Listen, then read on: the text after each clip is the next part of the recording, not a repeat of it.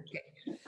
Entonces, si quieren quitar sus micrófonos, por favor, y pues nada más, si tienen preguntas, los encienden. Bueno, entonces, la clase pasada nos quedamos, habíamos visto el amortajamiento y sepultura de Jesús, nos quedamos en la página 313 del libro. Y leímos ya, la clase pasada, a los 4 evangelistas, Mateo, y Marcos y Lucas, los 3 sinópticos, nos muestran una sepultura rápida de Jesús, como que lo envolvieron en la sábana, lo metieron en el sepulcro y ya, según los 3 sinópticos. Pero Juan, el evangelista, nos narra que Jesús tuvo una sepultura al estilo judío de una vez y para siempre. Tenemos 2 relatos diferentes. Voy a leer el de Juan. El de Juan, ya lo leímos, pero solo para recordarlo, en la página 314 hasta arriba, la tradición juanina. Acuérdense que la palabra tradición significa entrega. Entonces, cuando yo digo la tradición sinóptica, quiero decir la entrega que nos hacen los sinópticos. Aquí la tradición juanina es como que la entrega que nos está haciendo Juan. ¿Cuál entrega? La entrega, el relato, el mensaje, lo que nos está escribiendo es lo que nos está entregando. Entonces, la tradición juanina dice, tomaron pues el cuerpo y lo ligaron con vendas, con los aromas, o sea, lo vendaron y luego le pusieron los aromas, según es costumbre de los judíos de sepultar. O sea, según Juan, Jesús tuvo una sepultura y un amortajamiento, o sea, el mismo viernes, de una vez para siempre. O sea, fue sepultado como son sepultados los judíos. De manera rápida, pero así como todos los judíos son sepultados. E incluso leímos Juan 11:44, que es cuando Jesús resucita a Lázaro, cuando dice Lázaro, sal fuera, y cómo Lázaro sale, pero cómo estaba vendado, de pies, o sea, ligado con vendas, ¿no? Así se acostumbraba sepultar, y así sepultaron a Jesús. Bueno, nos quedamos ahí. Ahora vamos a ver, eso en cuanto al amortajamiento, ahora vamos a ver la sepultura, eso creo que ya no lo vimos. La sepultura, a ver, vamos a leer ahí en el libro, ahí mismo en el libro, vamos a leer los 4 evangelios y vamos a ver cuáles son las diferencias entre uno y otro, cuáles son las novedades. Marcos primero. Y lo puso en un sepulcro que había sido tallado en la roca y rodó una piedra contra la puerta del sepulcro. Eso es lo que nos dice Marcos. A ver, Mateo nos da una novedad. Mateo nos dice, y lo puso en un sepulcro nuevo. Esa es la novedad. Marcos no nos dice que era un sepulcro nuevo, pero Mateo sí nos lo dice. Esa es la única novedad, la diferencia. Luego, Lucas, ¿cuál es la novedad? También nos da algo diferente. Lucas, y lo puso en un sepulcro excavado en la piedra, y aquí viene lo diferente, donde todavía nadie había sido colocado. Es diferente un sepulcro nuevo a un sepulcro donde nadie había sido colocado, no es lo mismo. Y ahora vamos a leer lo que nos dice Juan. Pero allí había, en el lugar donde fue crucificado, un jardín, nos da mucho más información. Y en el jardín, un sepulcro nuevo en el que todavía nadie había sepultado. O sea, nos dice lo mismo que Mateo y que Lucas. Allí pues, a causa de la preparación de los judíos, ya que el sepulcro cerca, o sea, ya que el sepulcro estaba cerca, pusieron a Jesús. O sea, ¿qué significa esto? Es que tenían prisa de enterrar a Jesús. Jesús muere a las 3. A las 6 empezaba el Shabbat. Tenían solamente 6 horas para encontrarle un sepulcro, amortajarlo y sepultarlo. Es como poco tiempo, pero sí es tiempo suficiente para hacerlo. Entonces, vámonos a la página 315. Una vez preparado el cadáver, lo depositaron en un sepulcro que había sido tallado en la roca. En los alrededores de Jerusalén es fácil ver estos sepulcros cavados en la roca. O sea, era una costumbre judía, así era como se hacía. O sea, Jesús no tuvo una sepultura especial o diferente. Jesús tuvo una sepultura como todos los judíos. Y eso es que bonito, porque Jesús fue, o sea, Jesús fue un hombre igual a nosotros en todo menos en el pecado. Hasta en la sepultura se pareció a sus hermanos judíos. A veces contienen varias cámaras mortuorias, a veces una sola o un banco de la misma piedra donde es colocado el cadáver. La entrada del sepulcro se cierra mediante una piedra en forma de rueda que se hace girar al sitio indicado. Son piedras grandes, son piedras muy pesadas, porque pues por esa puerta tenía que caber pues el cuerpo del muerto y pues quién lo iba a meter y acomodar. Entonces era la piedra que cubriera ese hueco tenía que ser una piedra grande, ¿no? Después esto tiene importancia cuando las mujeres dicen, pero ¿quién nos van a abrir el sepulcro? Pues porque claro que era algo pesado. Es como una puerta. Era el equivalente, o sea, la rodaban, exacto. Cuando terminan de sepultar a Jesús, el Shabbat comenzó a lucir, o sea, ya eran las luces del Shabbat. ¿Cómo comprender esta expresión de Lucas? Si en esos momentos va a comenzar la noche, o sea, ¿cómo nos dice eso Lucas? Miren, aquí Lucas en la página 314, vean dónde está Lucas en el versículo 54, dice, y era el día de la preparación y el Shabbat comenzaba a lucir. El Shabbat comenzaba a lucir, pero si el Shabbat empezaba a las 6 de la tarde, pues estaba oscureciendo.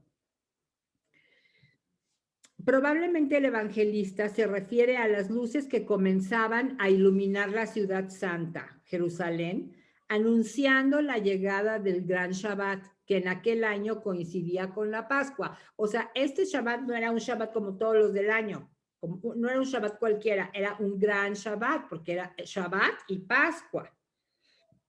Bueno, ahora, testigos de la sepultura. ¿Quiénes eran los testigos de la sepultura?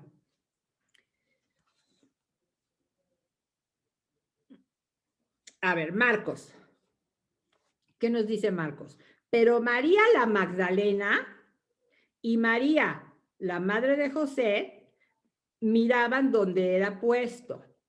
O sea, estaban viendo, ¿no? Ellas fueran testigos de la sepultura. Mateo nos dice, pero estaba allí María la Magdalena y la otra María sentadas frente al sepulcro. Y Lucas, pero las mujeres que habían venido con él desde Galilea habían seguido a José, miraron el sepulcro y cómo había sido puesto el cuerpo. O sea, esto solamente es importante porque son testigos, estas personas son testigos de la sepultura de Jesús. Y ahorita vamos a ver por qué es importante.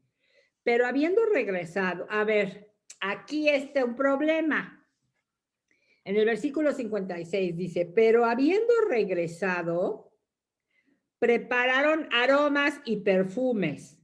¿Como para qué eran los aromas y perfumes? Para amortajar a Jesús, siguiendo la tradición de los sinópticos, ¿se acuerdan? ¿Se acuerdan que hace un momentito vimos que los sinópticos dicen que nomás le volvieron una sábana y lo metieron al sepulcro? Y Juan, no, para Juan lo amortajaron y lo vendaron y lo metieron al sepulcro. Entonces aquí versículo 56, pero habiendo regresado, prepararon aromas y perfumes y el Shabbat reposaron según el mandamiento. Miren, es un poco difícil, o sea, como que nadie puede, ni ahora ni antes, se puede abrir el sepulcro de un muerto. O sea, como si alguien, cuando entierras a un muerto, ya lo entierras para siempre. O sea, no entierras un muerto pensando que en 3 días vas a abrir para terminar de hacer algo con él. O sea, eso no se hace.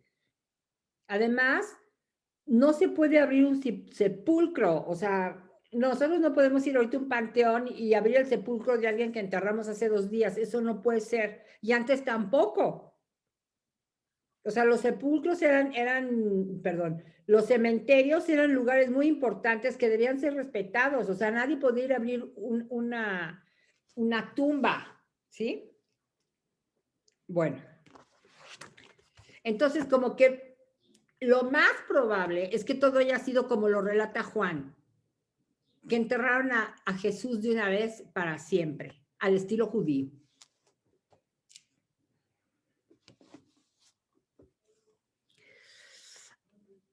Página 316. José de Arimatea con Nicodemo y algunos otros llevaron a cabo la sepultura de Jesús.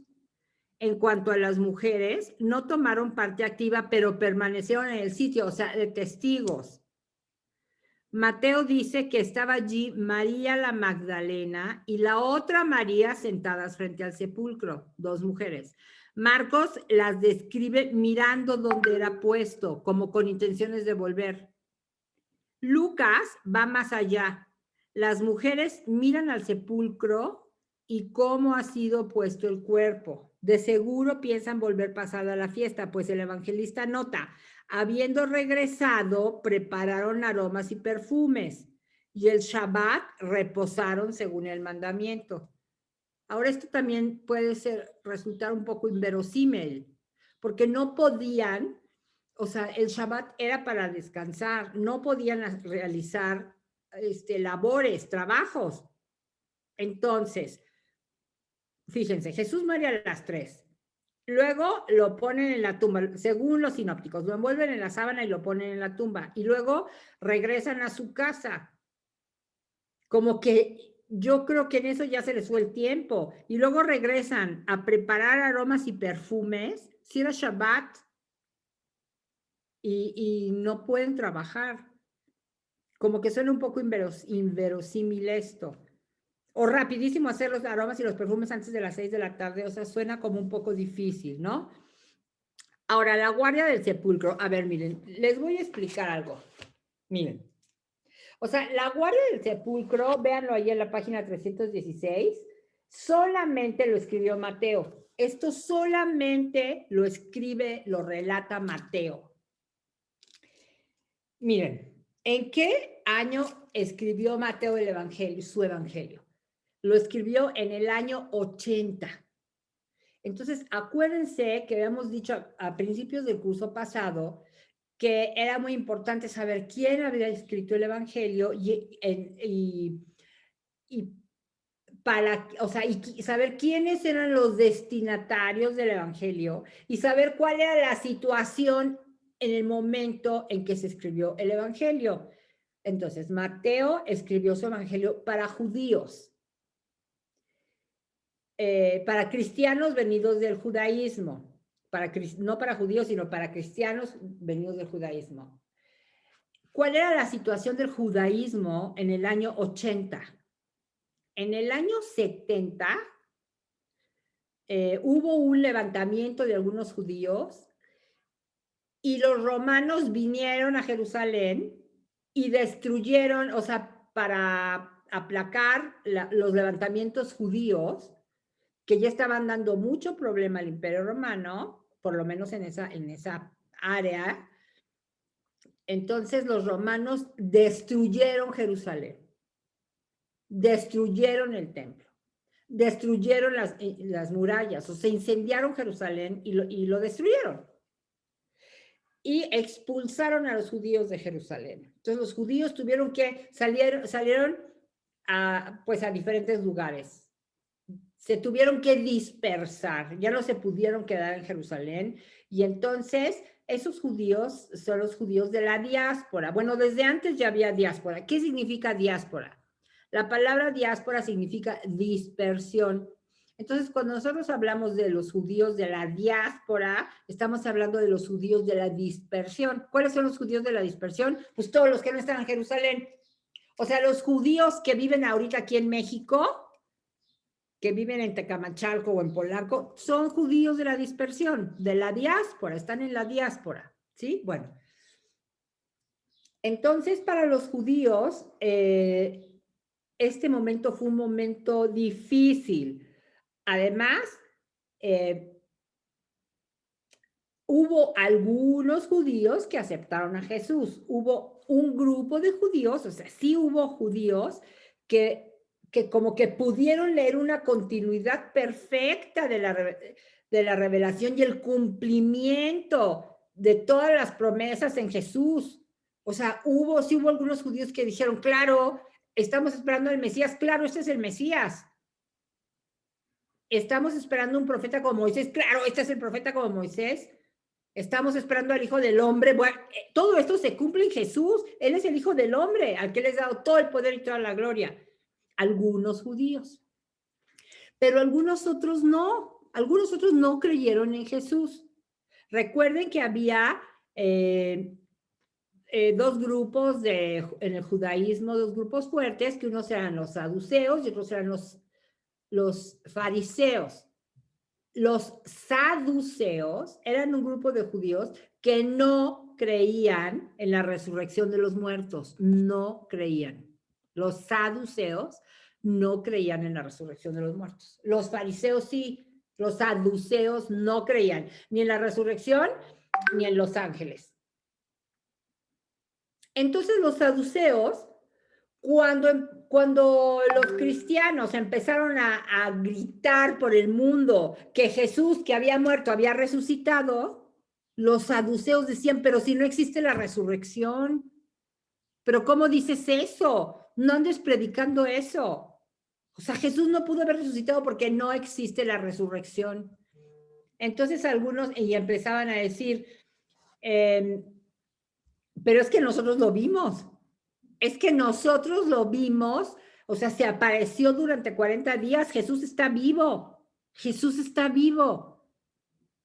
Y entonces algunos decían, no, no está vivo.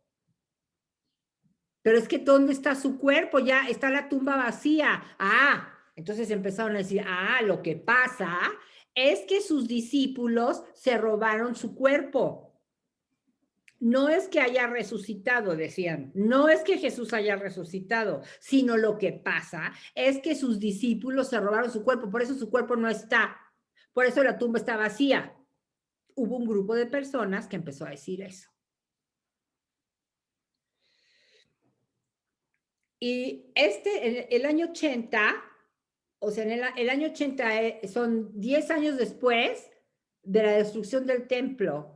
Y entonces empezó a haber una separación muy fuerte entre judíos, que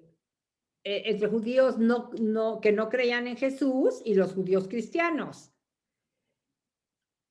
Durante una época, después de la muerte y resurrección de Jesús, los judíos que creían en Jesús, pues claro que seguían yendo al templo, porque ellos decían, es que esta es la continuación perfecta, o sea, vemos el hilo perfecto, es la continuación perfecta del judaísmo. Se nos prometió Dios nos prometió un Mesías, aquí se cumple. Entonces, todas las promesas que hemos recibido, una alianza nueva y eterna, aquí se cumple. El perdón de los pecados, aquí se cumple. Las profecías de Jeremías y de Ezequiel, aquí se cumplen. Unos judíos se dieron cuenta de eso y no dijeron, ya no somos judíos, sino que ahora somos cristianos. No. Sino que dijeron, se continúa perfectamente el judaísmo. Se cumple, se están cumpliendo las promesas. Bueno, entonces en un principio, los judíos convertidos al cristianismo seguían yendo al templo a orar. Seguían yendo al templo. Y seguían yendo a las sinagogas.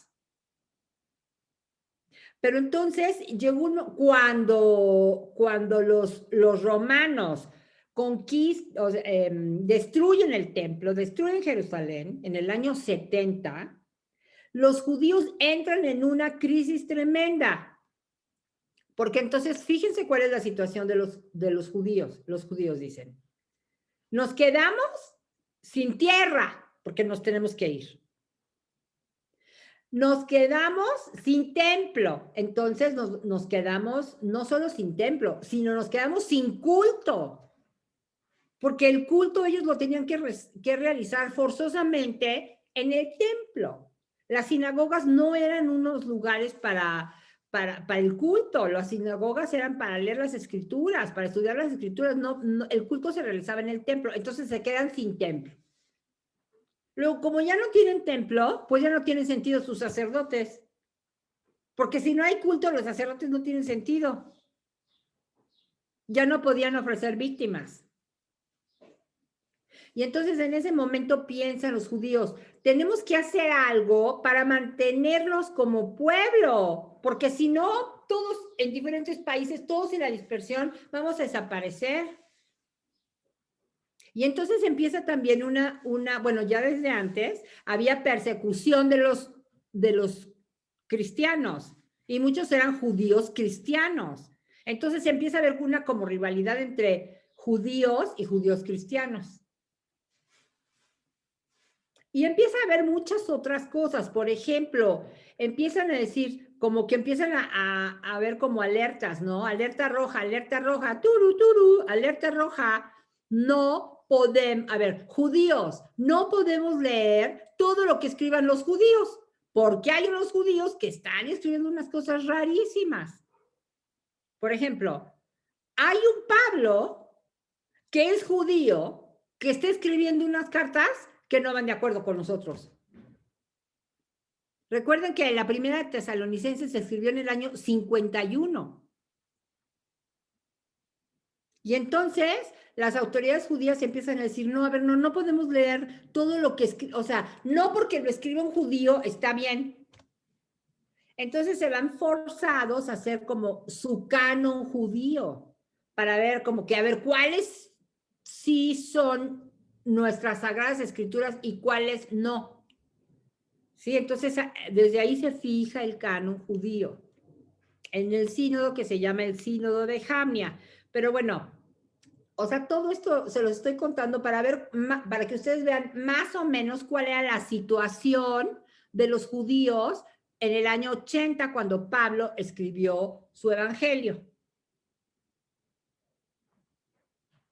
Entonces, bueno, volvemos a Jesús. Entonces resulta que los saduceos, bueno, incluso en Hechos de los Apóstoles, vemos que a Juan y a Pedro los meten a la cárcel por andar diciendo que Jesús había resucitado. Los meten a la cárcel y les dan una buena golpiza por andar diciendo que Jesús resucitó, ¿no? Porque los saduceos decían, ¿por qué está predicando eso si la resurrección no existe? Y Jesús no resucitó. Lo que pasa es que sus compañeros judíos, sus discípulos, se robaron el cuerpo del sepulcro, por eso el sepulcro está vacío.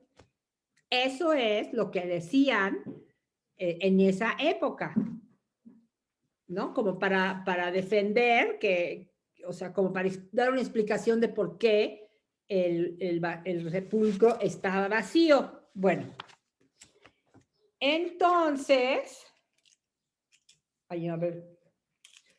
Bueno, después de esta explicación vamos a poder entender mucho mejor lo que vamos a leer a continuación. A ver, la guardia en el sepulcro, página 316. El relato de la guardia en el sepulcro es propio de Mateo, o sea, quiere decir que solamente lo encontramos en Mateo. Los demás evangelistas guardan silencio sobre esto. Este episodio tiene el sello de una tradición tardía. ¿Qué significa la palabra tradición? Entrega, o sea, es una entrega tardía, pues varios detalles parecen inverosímiles. Ahorita lo vamos a leer. Hay cosas que dices, no, es que esto está muy difícil, esto como que no pudo haber sucedido. Lo vamos a ver. Parecen inverosímiles en la realidad histórica. Parece ser un desarrollo de la tradición con fines apologéticos. ¿Qué significa con fines apologéticos? O sea, para defender la fe, para defender que Jesús sí resucitó. A ver, vamos a leerlo. Mateo 27, 6, 2. Lo voy a leer desde mi Biblia. Mateo 27, 6, 2.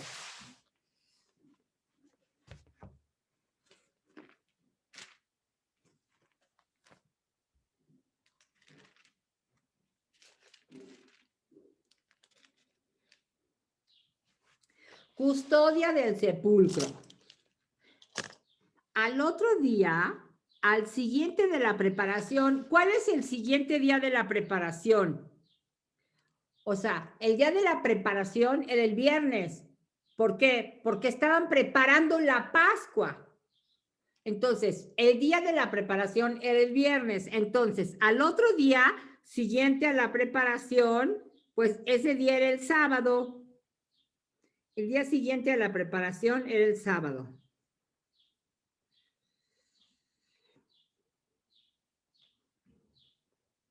Los sumos sacerdotes y los fariseos se reunieron ante Pilato. Aquí está una de las cosas inverosímiles. Era sábado y era un sábado solemnísimo porque iban a celebrar la Pascua. Los judíos no podían entrar a la casa de un gentil porque se contaminaban. Ellos creían, los judíos son pecadores, los gentiles son pecadores, los gentiles son impuros. Si me meto a la casa de un gentil, me contamino. Y ese sábado era solemnísimo, porque iba a celebrarse la Pascua. Entonces, como que suena muy difícil, esa es una de las cosas inverosímiles, que suena muy difícil que los sumos sacerdotes y los fariseos se reunieran ante Pilato, o sea, en sábado, donde se tiene que, o sea, donde se tiene que guardar el Shabbat y celebrar la Pascua, un Shabbat tan importante, y vayan a contaminarse a la casa de Pilatos, como que eso suena difícil. Entonces, los sumos sacerdotes y los fariseos se reunieron ante Pilato y dijeron, Señor, recordamos que ese impostor, o sea, Jesús, dijo cuando aún vivía, a los 3 días resucitaré. Manda, pues, que quede asegurado el sepulcro hasta el 3er día. No sea que vengan sus discípulos, lo roben y digan luego a la gente, ha resucitado de entre los muertos.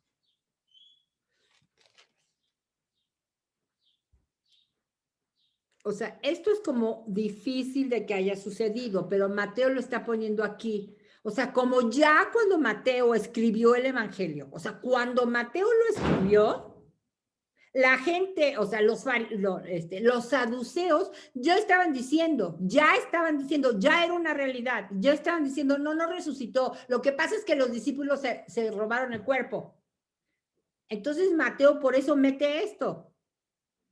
O sea, Mateo mete, o sea, este relato que es tardío, como para que cuando la gente lo lea, dijeran, no se lo pudieron robar porque había unos soldados cuidando el sepulcro. A ver, seguimos leyendo. Perdón, versículo 64. Manda pues que quede asegurado el sepulcro hasta el 3er día, no sea que vengan sus discípulos, lo roben y digan luego a la gente, ha resucitado de entre los muertos. Y la última impostura sea peor que la primera, o sea, que la última postura, o sea, que vayan a creer de verdad que resucitó, no vaya siendo que la gente de veras vaya a creer que resucitó Jesús.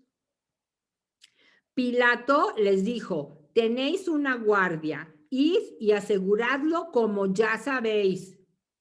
Ellos fueron y aseguraron el sepulcro, sellando la piedra y poniendo la guardia.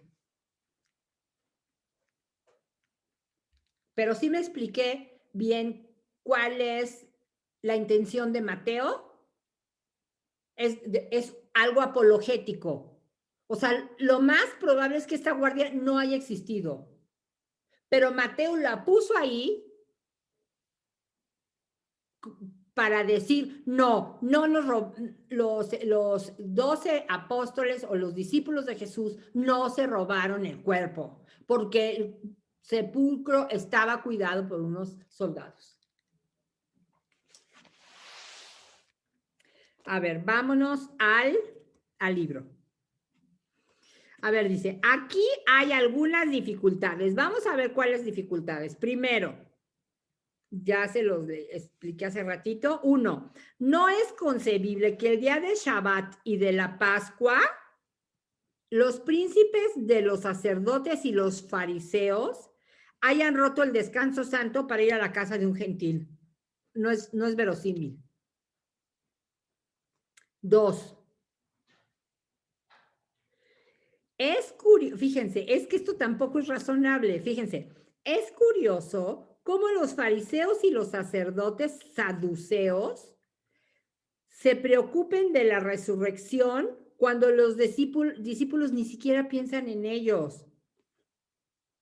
O sea, aquí estamos hablando del sábado. O sea, Jesús murió el viernes a las 6 de la tarde y el sábado, aquí nos está poniendo Mateo, que ya el sábado los sanhedritas estaban preocupados por lo que había dicho Jesús. Los sanhedritas, cuando los discípulos ni siquiera habían pensado todavía en la resurrección de Jesús. Para los discípulos Jesús había muerto y ya todavía no entendían, todavía no acababan de digerir lo que había pasado. Si los discípulos a los que Jesús enseñó, a los que Jesús les anunció varias veces su resurrección, aquellos que estuvieron con él 2 años y medio, a ellos no se les había ocurrido que iba a resucitar, pues por eso estaban tristes. ¿Cómo es posible que a los sanhedritas sí hayan pensado, es que, o sea, que se hayan pensado en la resurrección, como que eso tampoco es verosímil? Y luego 3, en todo caso, ¿por qué no pusieron la guardia desde el viernes? Si los discípulos hubieran querido robar el cadáver, lo hubieran robado desde la primera noche. Pues claro, ¿para qué lo sepultas? Pues mejor de una vez te llevas el cadáver si es que te lo quieres robar, ¿no? O sea, ¿para qué tanto trabajo y tanta cosa si te quieres robar el cadáver? Entonces, estas cosas como que nos hacen pensar que este relato pues, es inverosímil, ¿no? Bueno. Ante estas incongruencias, estoy otra vez en el libro en la página 317, es lícito pensar que cuando Mateo escribe su relato hacia el año 80 después de Cristo, las discusiones entre los judíos y los cristianos se han hecho violentas. No violentas, violentísimas, ya había persecución. O sea, había una separación ya dramática entre los judíos y los judíos cristianos. Los judíos niegan la resurrección del Señor y atribuyen la desaparición del cadáver a un robo de los discípulos. Eso ya sucedía en el año 80, eso es lo que decían los sanhedritas. Esa polémica se siente también en el relato de los soldados que cuentan las autoridades judías en el fenómeno del sepulcro abierto. A ver, vamos a leerlo de una vez, aunque luego lo leamos después en las apariciones. A ver, Mateo 28, 11. Mateo 28, 11.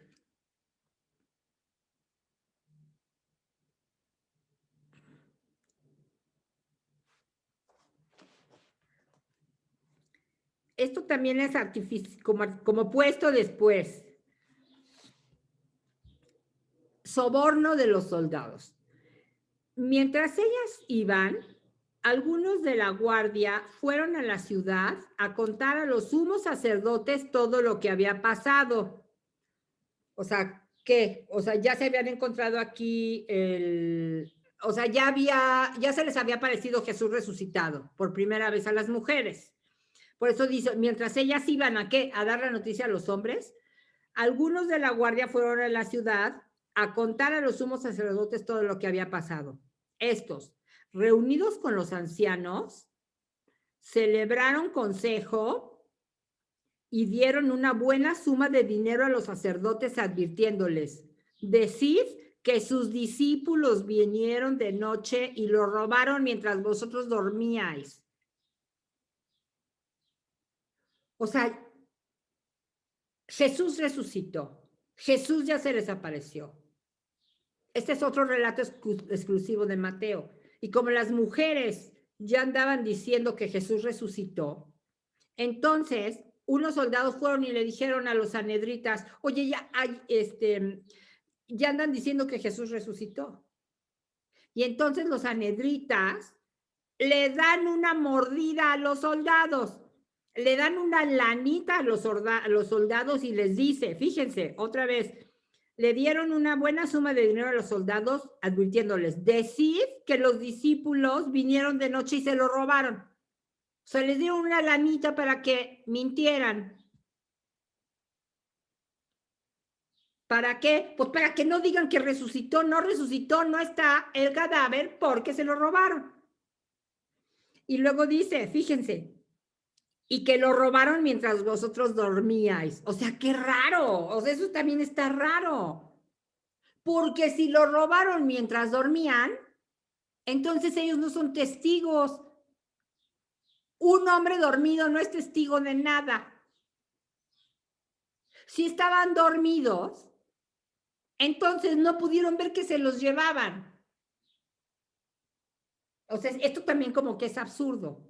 Un soldado dormido no puede ser testigo de algo, pues porque estás dormido, valiente testigo. Si estabas dormido, entonces no viste que se lo llevó, no viste que los discípulos se lo llevaron porque estabas dormido. O sea, es como un sinsentido esto, ¿sí? Bueno, nos regresamos al libro.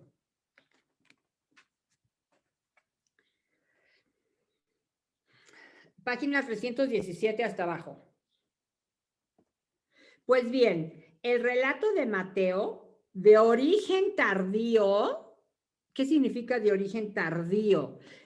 Que surge porque ya en la época que lo escribió, había este enfrentamiento entre judíos cristianos y no cristianos, y los judíos estaban diciendo que no resucitó, que se robó el cuerpo, que se robaron el cuerpo. Entonces, por eso Mateo escribe esto.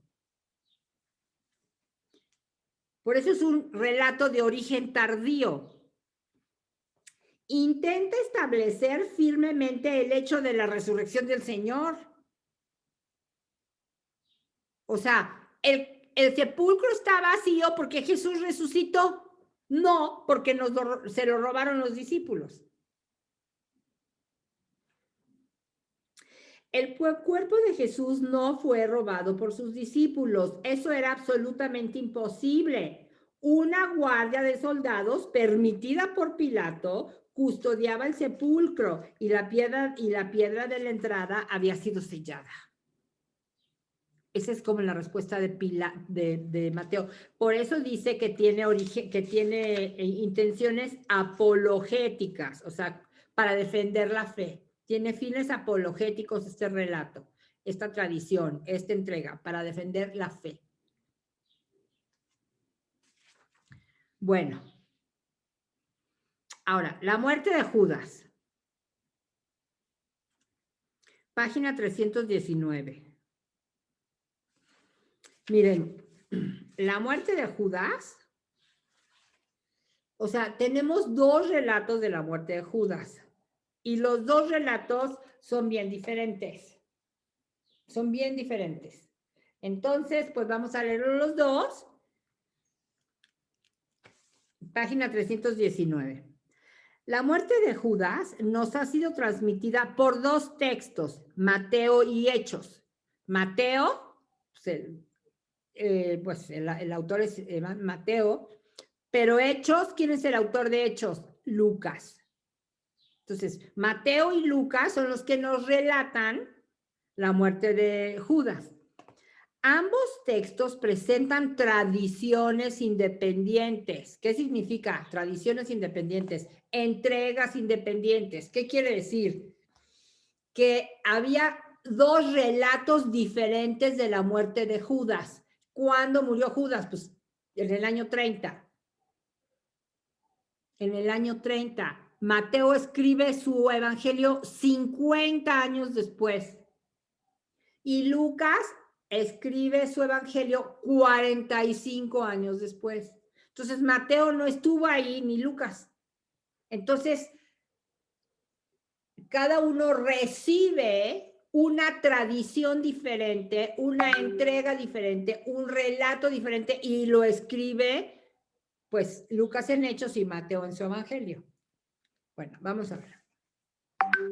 Estas tradiciones, estas entregas, pertenecen al género literario llamado narraciones populares y circularon de boca en boca en tradición oral hasta el momento en que los redactores definitivos de Mateo y Hechos los consignaron por escrito.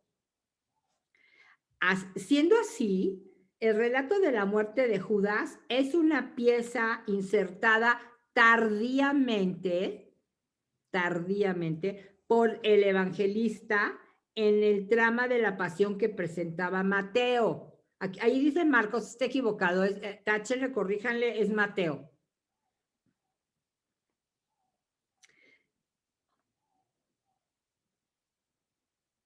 A ver, vamos a leer, luego vamos a leer todo el texto, pero ahorita nada más vamos a leer Mateo 27:8. Mateo 27:8.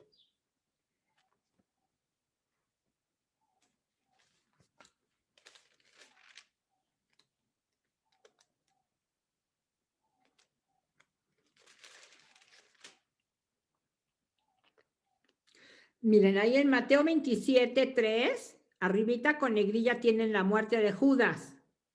Vámonos al versículo 8, donde dice, por esta razón ese campo se llamó campo de sangre hasta hoy. Hasta hoy. ¿Qué quiere decir hasta hoy? O sea, 50 años después.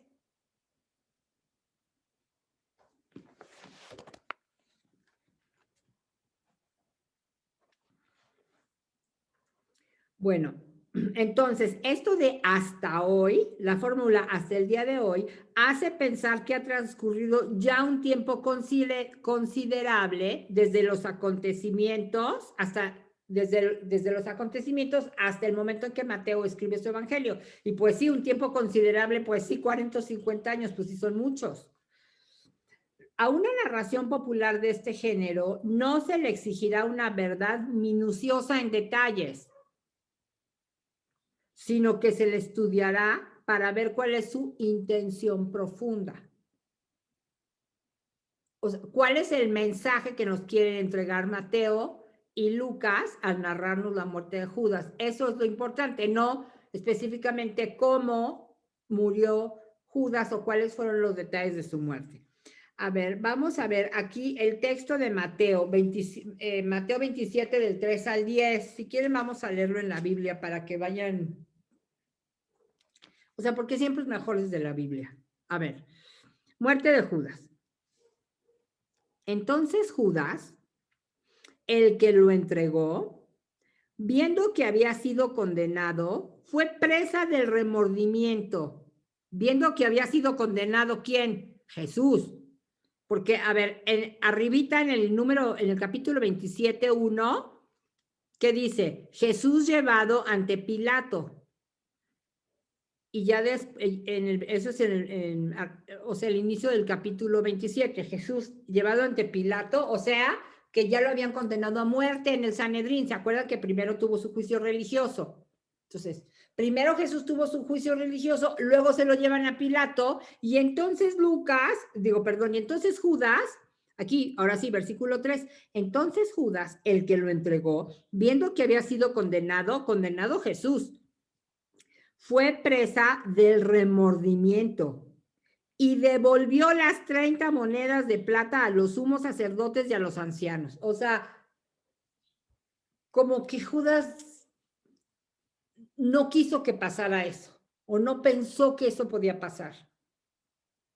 Acuérdense, a ver, acuérdense que esto habíamos pensado como una posibilidad, pero acuérdense que esto les dije que no tenían que creerlo, que era una posibilidad, no es verdad de fe y no vienen las escrituras, puede ser una explicación. Posiblemente Judas lo entregó porque pensaba que era el Mesías y a lo mejor fue como un empujoncito, no te atreves a decir que eres el Mesías, pues ahí te entrego y cuando te quieran hacer algo te defiendes y ya te manifiestas como el Mesías. Pero le salió mal, porque en lugar de defenderse, Jesús entregó su vida, ¿sí?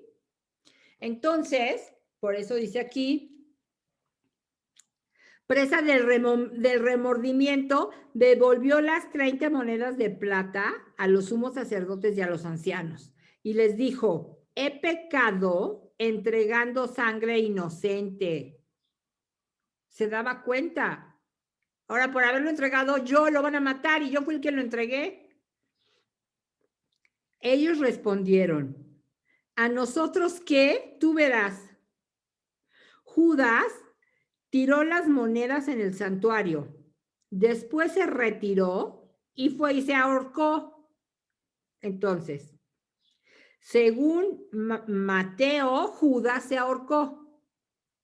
Los sumos sacerdotes recogieron las monedas y dijeron, no es lícitas echarlas en el tesoro de las ofrendas, porque son precio de sangre. Como que están contaminadas, o sea, esto no puede ir a las ofrendas, están contaminadas. Con esto se entregó un hombre. Después de deliberar, compraron con ellas el campo del alfarero para dar sepultura en él a los forasteros. Los forasteros, o sea, no podías mezclar a las sepulturas de los judíos con los forasteros, con los gentiles. Entonces, pues vamos a hacer un panteón para gentiles, para forasteros. Por esta razón, ese campo se llamó Campo de Sangre hasta hoy. O sea, hasta el momento en que Mateo escribió este evangelio.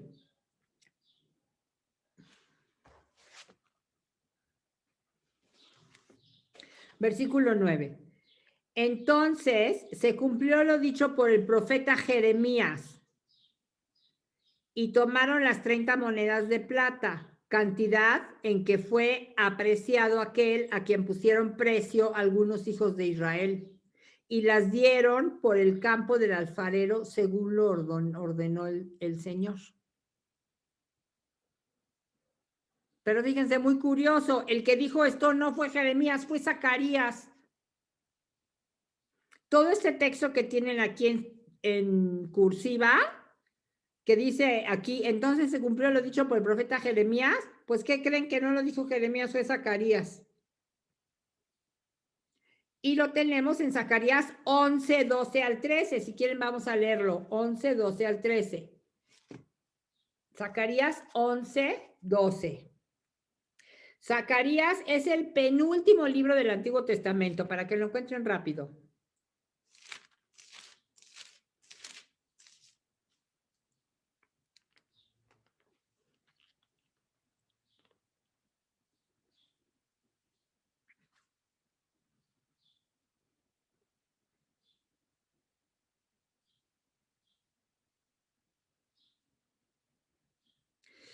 Y yo les dije,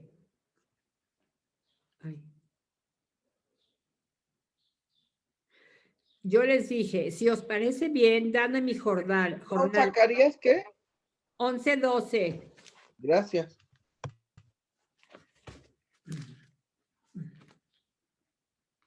Once, 12 y 13.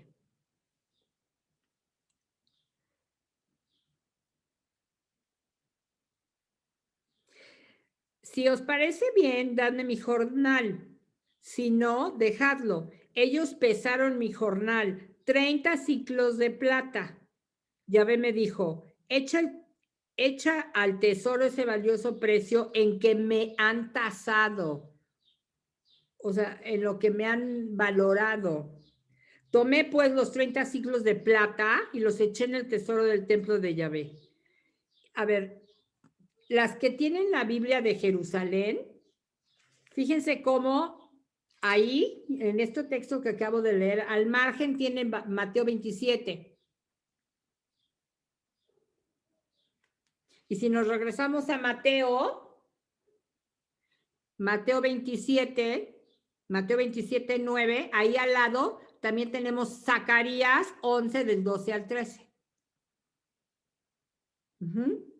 Bueno. Ok, entonces...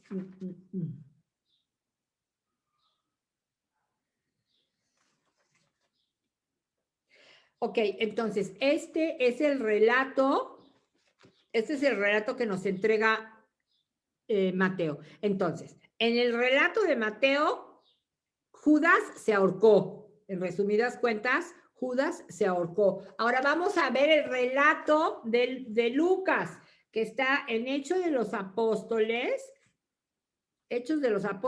1, 15 al 20. Hechos de los Apóstoles 1, 15 al 20. Vamos a leerlo.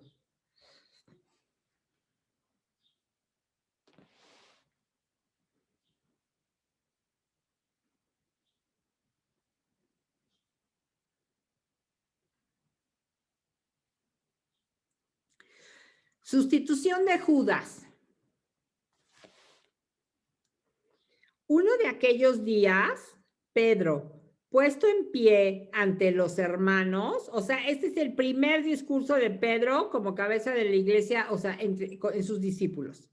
Uno de aquellos días, Pedro, puesto en pie antes de los hermanos, ya que el número de personas congregadas con el mismo propósito era de unas 120, les dijo: hermanos, era preciso que se cumpliera la escritura en la que el Espíritu Santo, por boca de David, había hablado ya acerca de Judas, que fue guía de los que prendieron a Jesús.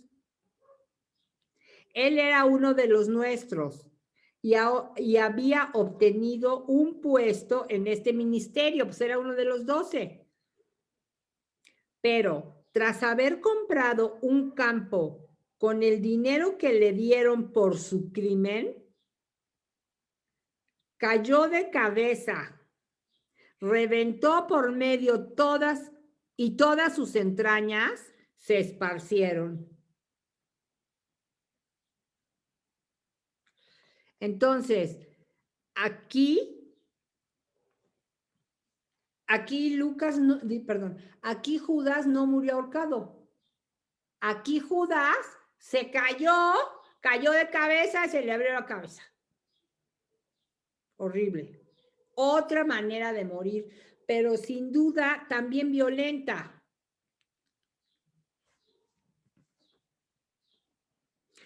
Y luego versículo 19. Todos los habitantes de Jerusalén se enteraron de lo ocurrido, hasta el punto que llamaron a aquel terreno Akeldama, que en su lengua quiere decir campo de sangre.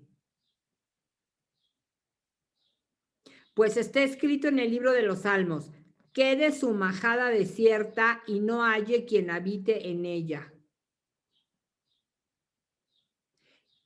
Y también que otro ocupe su cargo, también estaba, o sea, eso de que quede su majada desierta y no haya quien habite en ella, eso es del Salmo 69.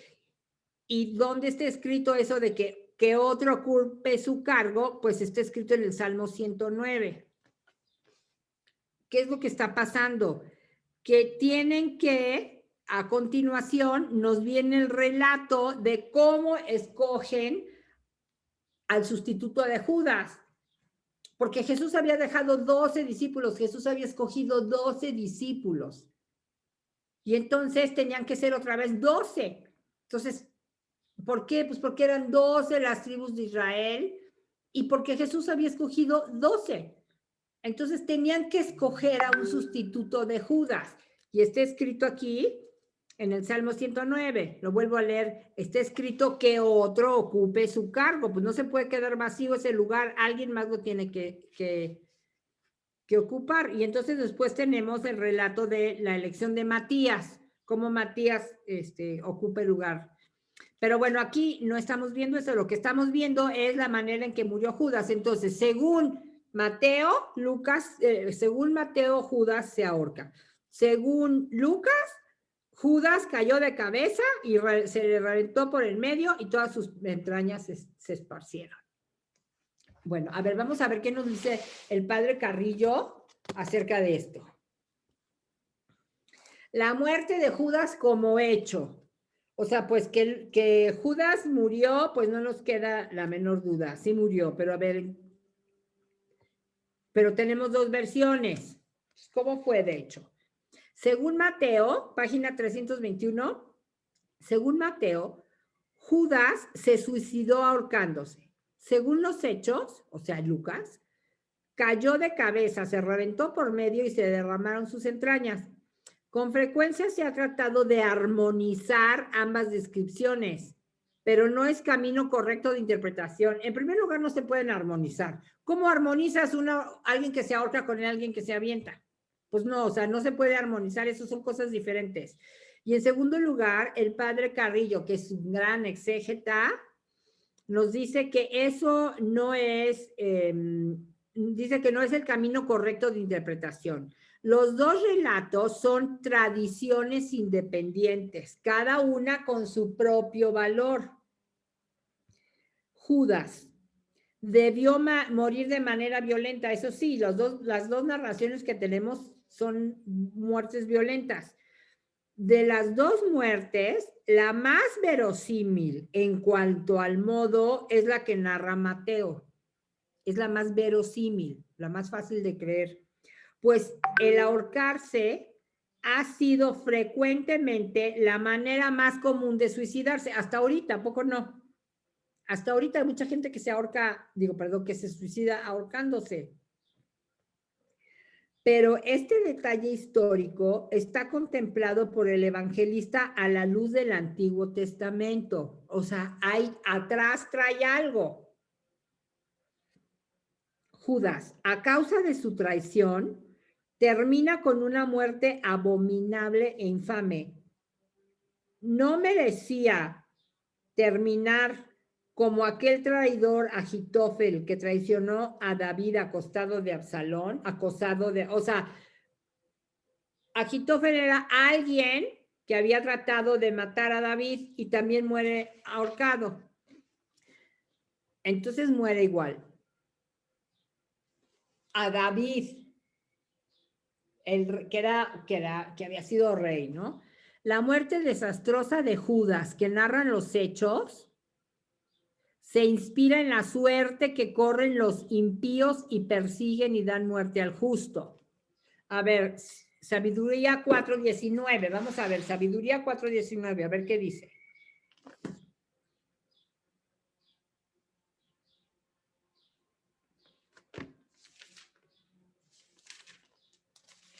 La que tiene la Biblia de Jerusalén, yo la tengo en la página 973.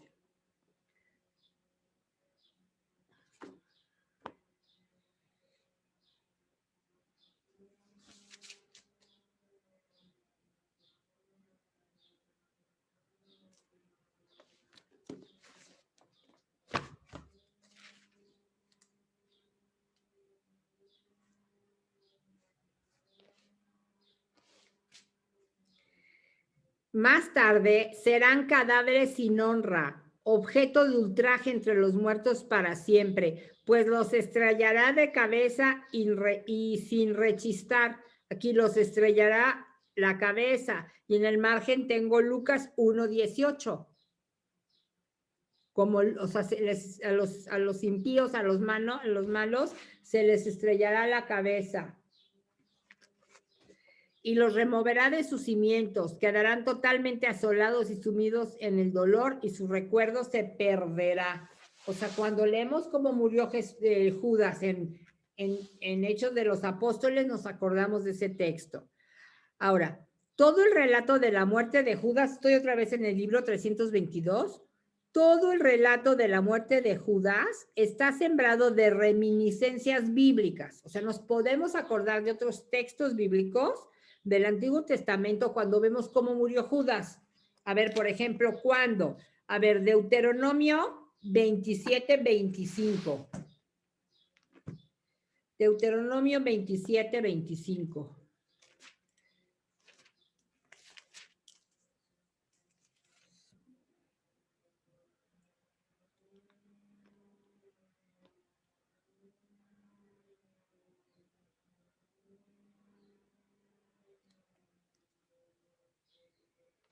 ¿Ya lo encontraron? Maldito quien acepte soborno para quitar la vida a un inocente. Y eso hizo Judas, ¿no? Aceptó un soborno para quitar la vida de un inocente que es Jesús. Maldito. Luego vámonos a Primera de Samuel 19:5. 4 libros adelante. Primera de Samuel 19:5.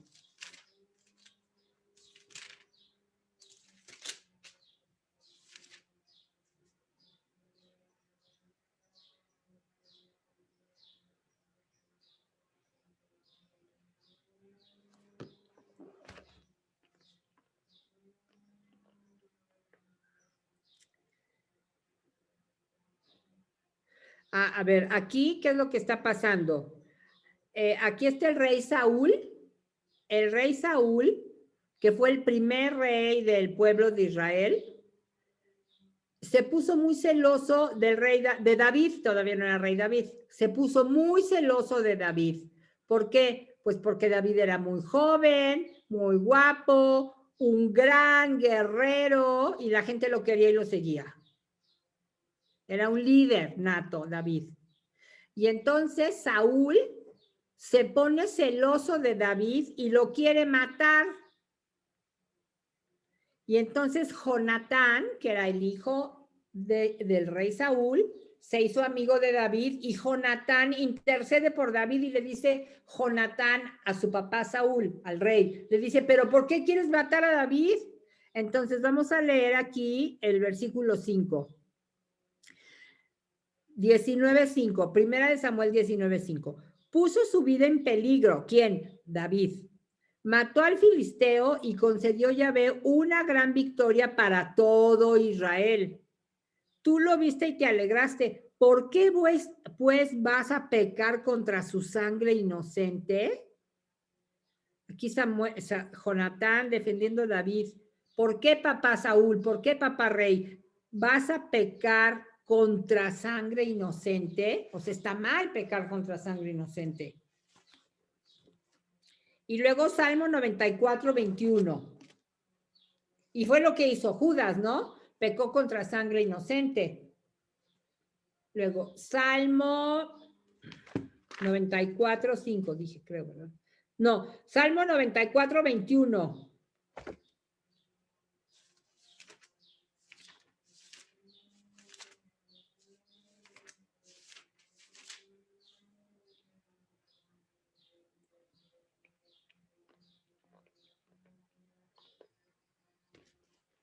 Bueno, desde el 20 vamos a leer.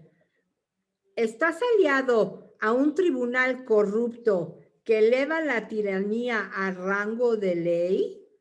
Atropellan la vida del justo, condenan vidas inocentes. Es como Judas. Aliado a un, o sea, Judas se alió a un tribunal corrupto, atropellando la vida de un justo y condenando la vida de un inocente.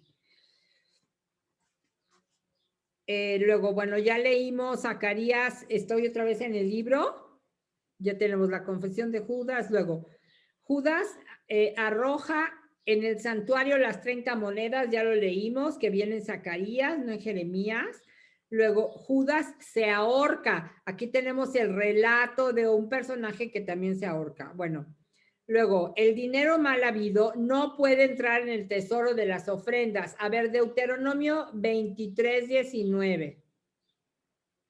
Deuteronomio 23:19.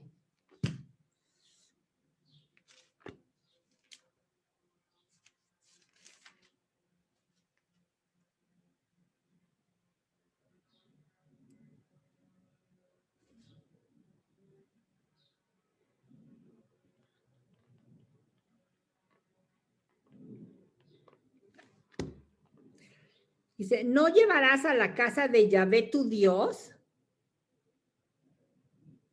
don de prostituta ni salario de perro.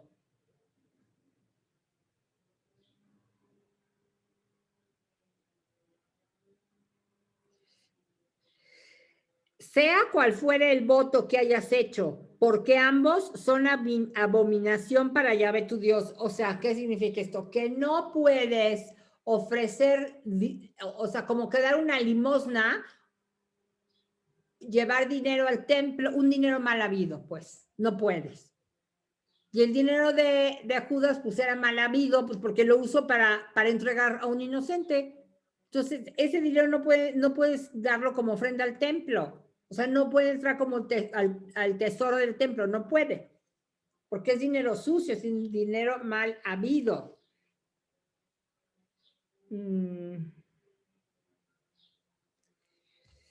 A ver. Ay, perdón, es que este no lo tengo subrayado, no sé por qué, lo voy a subrayar.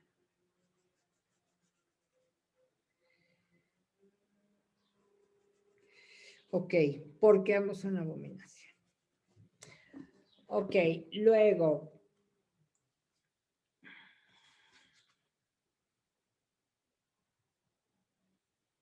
Ya, bueno, muy bien, aquí podemos dejar esa explicación. Ahora, ¿por qué este cúmulo de alusiones? Porque lo que interesaba a los primeros cristianos acerca de la muerte de Judas era su perspectiva teológica. Han querido comprender el papel del traidor en el plan de Dios con la ayuda de las escrituras. O sea, porque sí está difícil de entender. O sea, un personaje que Jesús mismo escogió, que vivió con Jesús, que Jesús mismo, al que Jesús mismo enseñó y lo traiciona. Entonces, por eso han querido comprender el papel del traidor, o sea, de Lucas, como un plan de Dios con la ayuda de las escrituras. Pues bien, todo este conjunto de reminiscencias escriturísticas, utilizadas con grande sutileza y libertad, quieren dar una interpretación midrashica a ciertos hechos y recuerdos reales. Y estos pudieron ser, a ver, ¿qué es eso de midrashica? Un midrash es un género literario. O sea, un midrash es cuando alguien, o sea, en las escrituras se trae algo del Antiguo Testamento y se pone en el Nuevo Testamento así con cursiva, así como está igualito, se pone ahí, eso es hacer un midrash. Entonces, por eso aquí dice, quieren dar una interpretación midrashica a ciertos hechos y recuerdos reales. O sea, una interpretación midrashica quiere decir que quieren hacer una interpretación, pero como trayendo textos del Antiguo Testamento, recordando textos del Antiguo Testamento.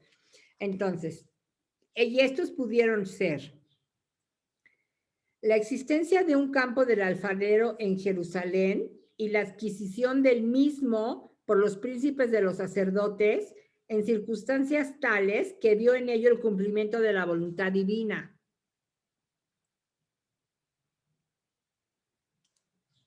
O sea, esto fue real.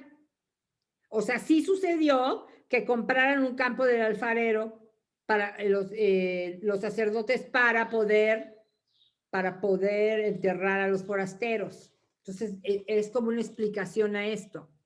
Este campo debió situarse en la región de la piscina de Siloé y la fuente Ain Rogel, justamente en el valle de Geinom, la Gehenna. Valle maldito e impuro, donde los reyes impíos sacrificaban a falsas divinidades. O sea, ellos tenían el templo de Jerusalén. El templo de Jerusalén era un lugar bendito porque en el templo de Jerusalén estaba el Santo de los Santos, estaba en la presencia de Dios. Y en este valle había habido sacrificios a otros dioses. Entonces era un lugar impuro. Y entonces se lo compran, ese lugar impuro, donde por supuesto que en un lugar impuro no podían enterrar a los judíos, porque era impuro. Entonces, pues lo compramos y vamos a enterrar mejor ahí a los forasteros. A ver, vamos a leer Jeremías 19, 6, 13. Jeremías 19, 6, 13.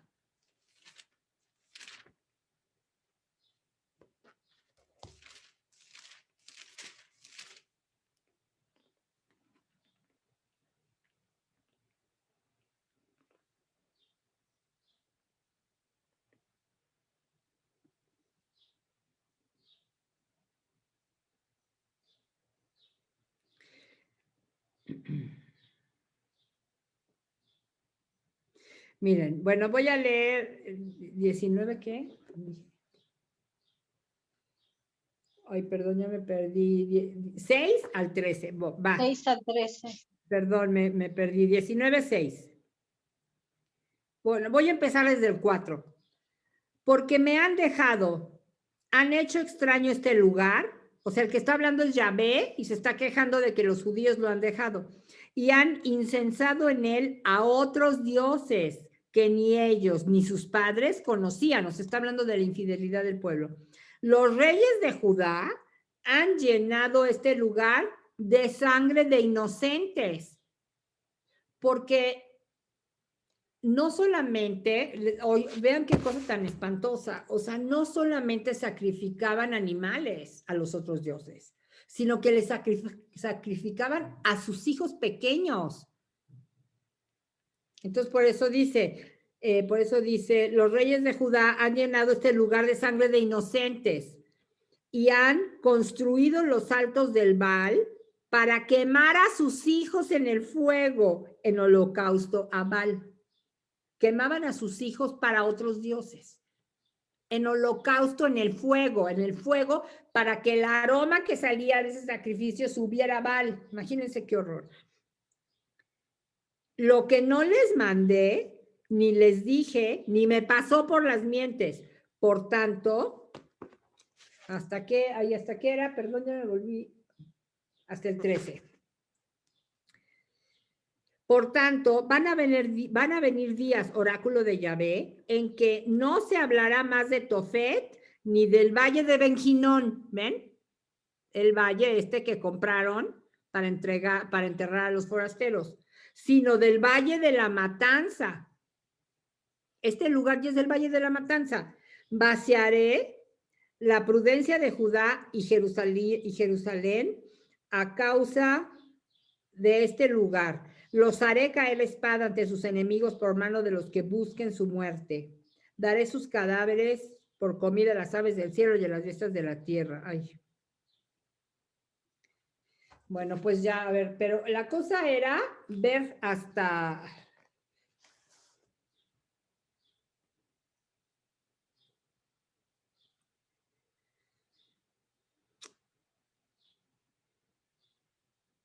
Bueno, lo voy a leer, es hasta el 3, está largo, pero bueno, vamos a leerlo. Versículo 7, vaciaré la prudencia de Judá y Jerusalén a causa de este lugar. Los haré caer la espada ante sus enemigos por manos de los que busquen su muerte. Daré sus cadáveres por comida a las aves del cielo y a las bestias de la tierra, y convertiré esta ciudad en desolación y rechifla. Todo el que pase a su vera se quedará atónico y silbará a la vista de sus heridas. Les haré comer la carne de sus hijos y la carne de sus hijas, y comerá cada cual la carne de su prójimo en el aprieto y la estrechez con que los estrecharán sus enemigos y los que busquen su muerte. Luego rompes el jarro a la vista de los hombres que vayan contigo y les dices, o sea, Dios le está hablando a Jeremías para que diga esto. Así quebrantaré yo este pueblo y esta ciudad como quien rompe un cacharro de alfarería que ya no tiene arreglo. Y se harán enterramientos en Tofet, hasta que falte sitio para enterrar. Así haré con este lugar, oráculo de Yahvé, y con sus habitantes, hasta dejar a esta ciudad lo mismo que Tofet. Y las casas de Jerusalén y las casas de los reyes de Judá quedarán como en Tofet, quedarán como el lugar de Tofet, una inmundicia. Todas las casas en cuyas azoteas incenciaron a toda la tropa celeste, o sea, a todos los dioses, e hicieron libaciones a otros dioses. Bueno, es el mismo lugar. Donde sucedían estas cosas es el mismo lugar que compraron los sacerdotes. Horrible, ¿no? Ok, luego, Jeremías 31:40.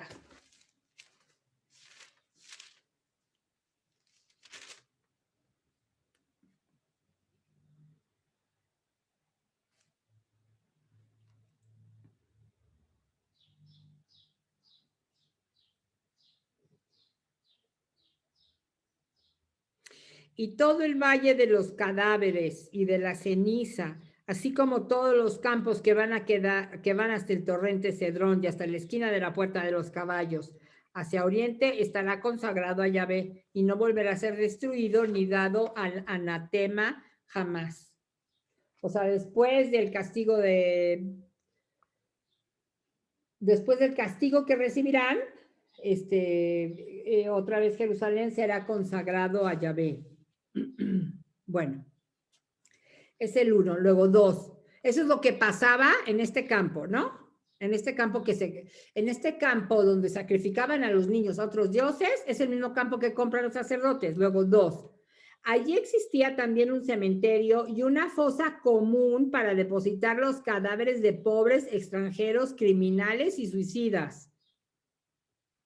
O sea, como que la gente que los judíos despreciaban eran los que enterraban ahí. Judas debió morir en ese campo, o al menos allí fue sepultado. Los primeros cristianos de Jerusalén dieron al campo del alfarero, comprado por los sacerdotes, el apelativo de Akeldama, campo de sangre, aludiendo a su compra con el precio de la sangre de Jesús.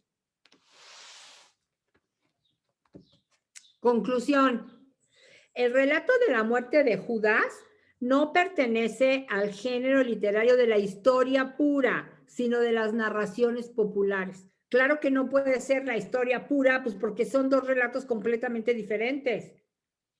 Entonces, uno de los dos, pues, tendría en todo caso, pues, que no ser cierto, ¿no? Que no ser cierto. Entonces, no son historia pura. Ninguno de los dos. No nos quieren relatar con todo detalle cómo murió Judas. Sin embargo, esta narración reproduce una tradición sólida, alimentada con recuerdos reales sobre la muerte violenta de Judas. O sea, lo único que podemos decir de la muerte de Judas es que fue una muerte violenta. Después de su crimen y sobre la relación de esta muerte con un cierto campo de sangre bien conocido en Jerusalén. Sobre los detalles que completan estos datos esenciales, no es de extrañar, ni importa que los relatos sean diferentes. Es el relato de Mateo el que parece ofrecer las garantías más serias, o sea, porque es más fácil creer que se ahorcó. Pero los dos relatos hablan también de este pedazo de tierra, ¿no? Bueno, muy bien. Ahora, en cuanto a la pregunta que mucha gente hace, que si Judas se habrá condenado o no se habrá condenado, no sabemos. A lo mejor cuando lleguemos y nos encontramos, que cuando lleguemos al cielo, ahí nos lo encontramos, ¿no? Porque recuerden que porque recuerden que Jesús antes de morir dijo, Padre, perdónalos porque no saben lo que hacen. Ahora, ¿Judas hizo algo malo? Sí. ¿Vendió a un hombre por 30 monedas? ¿Eso es algo malo? Claro que sí. Pero Judas entendió con toda profundidad la negrura de su pecado. No. Judas no supo que estaba entregando a la segunda persona de la Santísima Trinidad encarnada. O sea, no, eso no tuvo manera de saberlo, ¿no? Entonces, no sabemos, no podemos afirmar que Judas está condenado, tampoco que esté salvado. Pero bueno, no lo sabemos, pero Dios, no sé, oró por todos los pecadores, perdónalos porque no saben lo que hacen. Y entonces ahí seguramente estaban incluidos los romanos, los sanhedritas, los soldados, Pilatos, Herodes, todos nosotros, y yo creo que Judas también. Bueno, ¿alguna duda?